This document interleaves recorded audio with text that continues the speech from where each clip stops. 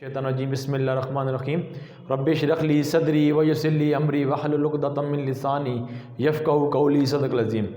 It is my pleasure to share some knowledge of the subject principle of economics. My name is sir Tahir. Dear student, जैसा कि आप पता कि हमने commerce के स्टूडेंट के लिए लेक्चर स्टार्ट की गई है जिसके अंदर मैथ, स्टैट, इकनॉमिक्स और अकाउंटिंग को मौजू गुफ्तगू बनाया गया। बेटा आज हमने अल्लाह करम और फजल से प्रिंसिपल ऑफ इकनॉमिक्स जो आई कम पार्ट 1 के स्टूडेंट को पढ़ाई जाती है चैप्टर नंबर 3, उसका हमने आज एक क्वेश्चन डिस्कस करना है।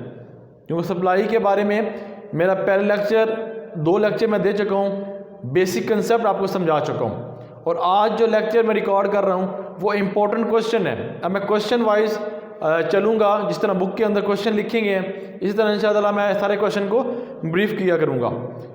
आज जो मैं डिस्कस करना बेटा, क्वेश्चन की तरफ मूव करूं, जो आज मैंने डिस्कशन मेरी होगी आपसे, प्रिंसिपल इकनॉमिक्स है, चैप्टर 3 है, सप्लाई है, ठीक है चैप्टर नेम, और आई कम पार्ट 1 के स्टूडेंट को पढ़ाई जाती है। सबसे पहले मेरे पास जो क्वेश्चन है, explain the law of demand. मैंने आज के लेक्चर के अंदर लॉ को एक्सप्लेन करना है, पहले भी कर चुका हूँ, अब फिर मैं कर दूंगा।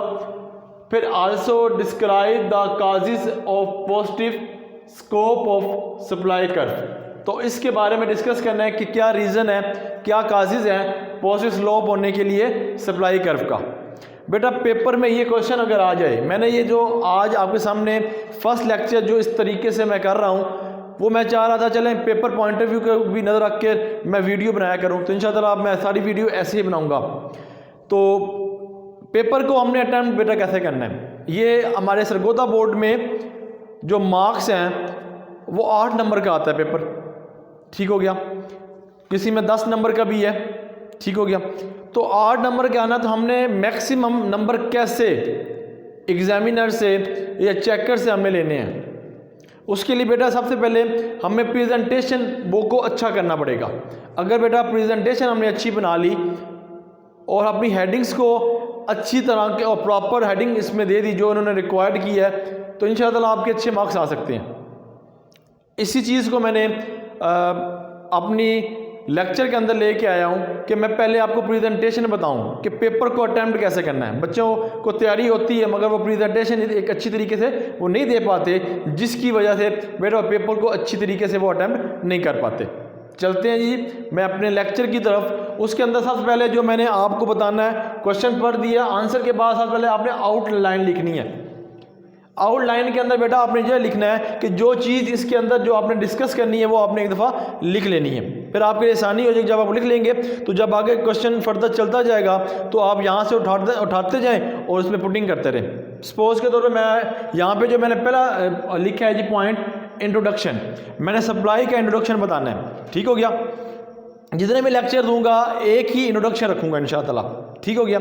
उसके बाद बेटा सप्लाई, फिर सप्लाई को डिस्कस करूंगा क्योंकि सप्लाई की डेफिनेशन बताऊंगा, क्या डेफिनेशन है, मुख्तलिफ डेफिनेशन था मगर जो मुझे आसान लगी, अथेंटिव लगी, तो वो मैंने इंशाअल्लाह डिस्कस करूंगा। उसके बाद मैं लॉ ऑफ सप्लाई इसका पॉइंट लिखा। फिर मैंने मेन जो पॉइंट है जो उसने पूछा हमसे, causes of positive slope of supply curve, इसको डिस्कस करूंगा। और उसके आगे से फर्दर 3 टाइप्स निकल आई हैं, यानी कि उसके 3 पॉइंट्स हैं। फर्स्ट वन इज, मैंने इसको इंडिकेट ऐसे किया रेड के साथ, पहले को प्रॉफिट है, फिर कॉस्ट ऑफ प्रोडक्शन बेटा, फिर फ्यूचर एक्सपेक्टेशंस है, इसको डिस्कस करेंगे। ये मेरा यहाँ से लेके यहाँ तक मैंने आपको आउटलाइन बनाई इसलिए कि चेक करने वाले को अच्छी अंडरस्टैंड हो जाएगी कि इस बच्चे ने इस क्वेश्चन को इस तरीके से इसने प्रेजेंट करना है आगे।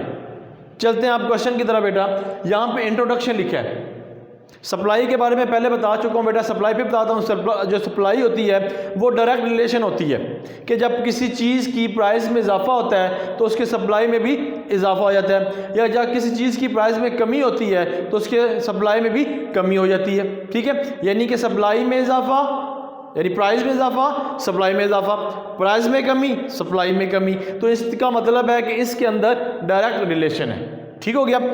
ओके जी, अब मैं इंट्रोडक्शन के बारे में बताता हूँ। इंट्रोडक्शन में जो लिखा है, the producer produce a commodity, कोई प्रोड्यूसर है वो प्रोड्यूस करता है commodity.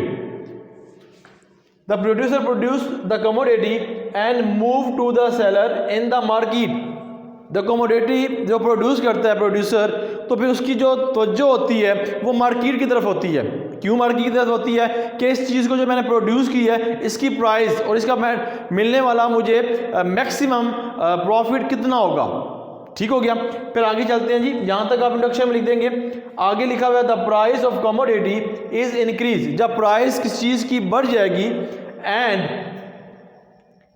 Producer increase in production, तो जो प्रोड्यूसर होगा वो इंक्रीज करेगा प्रोडक्शन को। जैसे कि मैंने बताया प्राइस के बनने से प्रोड्यूसर प्रोड्यूस करेगा ज़्यादा क्वांटिटी को। Okay, the other hand the other hand the price of commodity, जब प्राइस ऑफ जो कमोडिटी है वो क्या होगी? इन डिक्रीज, जब डिक्रीज होएगी तो फिर क्या होगा? The producer decrease in production, तो प्रोड्यूसर क्या करेगा? डिक्रीज कर देगा प्रोडक्शन। ये था इसका इंट्रोडक्शन। जैसे कि मैंने पहले बता दिया आपको कि चीज़ के बढ़ने से, प्राइस के बढ़ने से डिमांड बढ़ जाती है, प्राइस के कम होने से सप्लाई में कमी होती है। सो डिमांड बोला, सप्लाई की बात करो।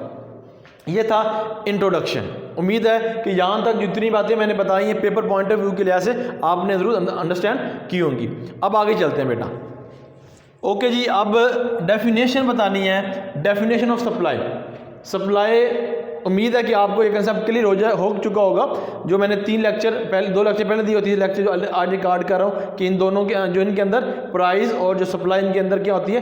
डायरेक्ट रिलेशन होता है। तो इसमें जो डेफिनेशन है मैंने आपके लिए लिखी है, the quantity of a commodity, किसी चीज़ की क्वांटिटी ऑफ कमोडिटी, किसी चीज़ की गुड्स है उसकी quantity with be offered to sale, जब वो ऑफर करता है टू सेल के लिए एट अ स्पेसिफिक प्राइस, तो वो एक स्पेसिफिक प्राइस पर बेचता है। वो क्या होती है? वो स्पेसिफिक जो प्राइस होती है per unit of a time, वो एक यूनिट की जो वैल्यू होती है उस टाइम क्या वैल्यू होती है, क्योंकि उसने जो मकसद होता है सप्लाई या प्रोड्यूसर का होता है वो मैक्सिमम क्या होता है? प्रॉफिट को अर्न करना होता है। वो यही कहता है the quantity of commodity with is offered for sale at a specific price per unit of time is called a supply.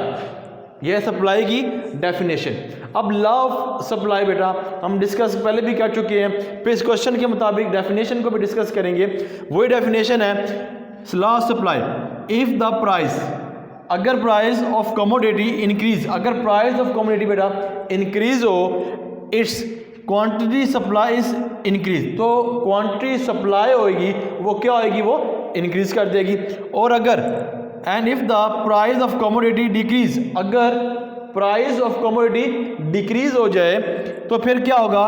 Quantity supply is also भी डिक्रीज। तो फिर वही रिलेशन जो बताया था, प्राइस के कम होने से सप्लाई में भी कमी आ जाएगी। ये थी इसकी लॉ ऑफ डिमांड। ठीक है बेटा। उसके बाद हमने जो मेन इसके पढ़ना है, ये हमने यहाँ तक जो डिस्कस किया है डिमांड तक, law of demand, law of supply, sorry demand लिखा गया है, सप्लाई की बात करूँगा क्योंकि लास्ट लेक्चर सप्लाई डिमांड पे था और डिमांड ही ज़हन में घूमी जा रहा है, तो सप्लाई बेटा इसको क्लियर कर लेंगे, सप्लाई। ओके जी, तो यहाँ पर cost of positive slope of supply curve, तो हमने काजेस बताने हैं, क्या रीज़न है कि जब जो उसकी पॉजिटिव स्लोप होता है किसका? सप्लाई कर्व का। ठीक है, इसके 3 पॉइंट है, जैसे कि मैंने ऊपर बतला चुका हूँ आपको। पहला जो पॉइंट है वो प्रॉफिट, दूसरा पॉइंट है बेटा कॉस्ट ऑफ प्रोडक्शन, तीसरा जो पॉइंट है वो फ्यूचर एक्सपेक्टेशंस। ठीक हो गया, नाम से ही आपको समझ आ रही है प्रॉफिट, कि जब प्रोड्यूसर जो होता है ज़्यादा चीज़ या किस चीज़ की कमोडिटी के में इजाफा होता है तो वो क्या करता है? उस चीज़ की प्रोडक्शन बढ़ा देता है। क्यों बढ़ाता है? क्योंकि उसको मैक्सिमम सेटिस्फेक्शन चाहता है। जब भी बिजनेसमैन, बेटा याद रखिएगा, जब भी बिजनेसमैन कोई बिजनेस करता है तो वो प्रॉफिट का पहले सोचता है कि मैं आज इतना लगा रहा हूँ तो मुझे कितना मिलेगा इन फ्यूचर।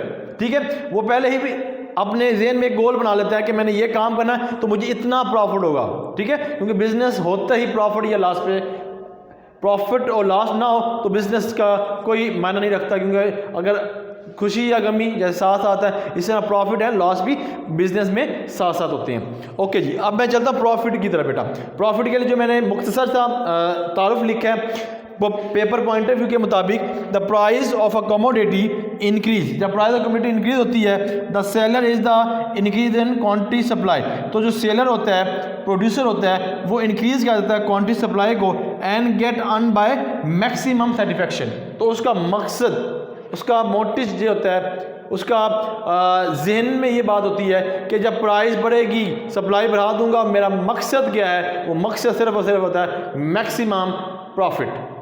ये था प्रॉफिट का छोटा सा, मैंने आपको इसकी तारीफ लिख दिया पेपर पॉइंट ऑफ व्यू के मुताबिक। Okay ji, cost of production. बेटा कॉस्ट ऑफ प्रोडक्शन के अंदर कॉस्ट से मुराद कोई वैल्यू है, किसी कमोडिटी की वैल्यू पे प्रोडक्शन की, उसके बारे में डिस्कस कर लेते हैं। The cost of production due to increase, the cost of production जो इंक्रीज होती है and quantity supply is increase, तो क्वांटिटी सप्लाई क्या होती है, इंक्रीज हो जाती है। In price and the increase in profit, जब प्राइस इंक्रीज होता है तो उसकी प्राइस में क्या होता है, प्रॉफिट में क्या होता है, जाहिर बात है प्रॉफिट भी इंक्रीज हो जाता है। जब प्राइस बढ़ेगी किसी चीज़ की तो उसकी प्रॉफिट में इजाफा हो जाएगा। द डिक्रीज, यानी कि इसके बाद कहना है द डायरेक्ट रिलेशनशिप, यानी कि जैसे कि मैंने पहले बताया कि इसके अंदर डायरेक्ट रिलेशनशिप आ जाता है, किसके अंदर, between price and quantity supply. वो भी यही मैं बतला रहा है आपकी स्टेटमेंट भी कि जब प्राइस के बनने सप्लाई का इजाफा, सप्लाई कम होने से, प्राइस कम होने से सप्लाई में भी कमी हो जाती है। यानी कि इसके अंदर कौन सा रिलेशन होता है, प्राइस सप्लाई के अंदर डायरेक्ट रिलेशन। उम्मीद है ये पॉइंट भी आपकी समातों ने ज़रूर अंडरस्टैंड किया होगा। ओके जी, आगे जाते हैं फ्यूचर एक्सपेक्टेशन। अब जो प्रोड्यूसर होता है, जो सेलर होता है, वो फ्यूचर की भी प्लानिंग करता है। वो फ्यूचर में सोचता है कि आज मैं कुछ कर रहा हूँ कि फ्यूचर में मुझे इसका क्या बेनिफिट मिलेगा, ठीक हो जाएगा। इंसान फ्यूचर पर स्केयर करना चाहता है, कोई भी बिजनेसमैन है आज लगा रहा है तो अपने फ्यूचर को स्केयर करने के लिए लगा रहा है। तो उस पर हम डिस्कस कर लेते हैं, जो मैंने आपके लिए मुख्तसर था इसका तारुफ लिखा है। तो इसमें क्या है जी, increase in price at present period of seller increase, जो इंक्रीज होती है प्राइस है एट प्रेजेंट पीरियड में, मौजूदा टाइम में। The seller increase in quantity supply, तो सेलर जो होता है वो क्या करता है, इंक्रीज कर लेता है बेटा सप्लाई अपनी, एंड गेट मैक्सिमम प्रॉफिट, और उसका जो मकसद होता है वो गेट मैक्सिमम प्रॉफिट अर्न करना होता है। उसके बाद इट मे बी एक्सपेक्टेड, यानी वो एक्सपेक्टेड करता है किस चीज़ पे, द फ्यूचर ऑफ, फ्यूचर के अंदर वो एक्सपेक्ट करता है क्या चीज़, टू इंक्रीज इन प्राइस, जब डिक्रीज इन प्राइस, जब प्राइस में कमी हो जाएगी तो उसका जो, जब भी प्राइस में भी कमी हो जाएगी फिर भी उसका मकसद ये होगा वांट टू मैक्सिमम सेटिस्फेक्शन।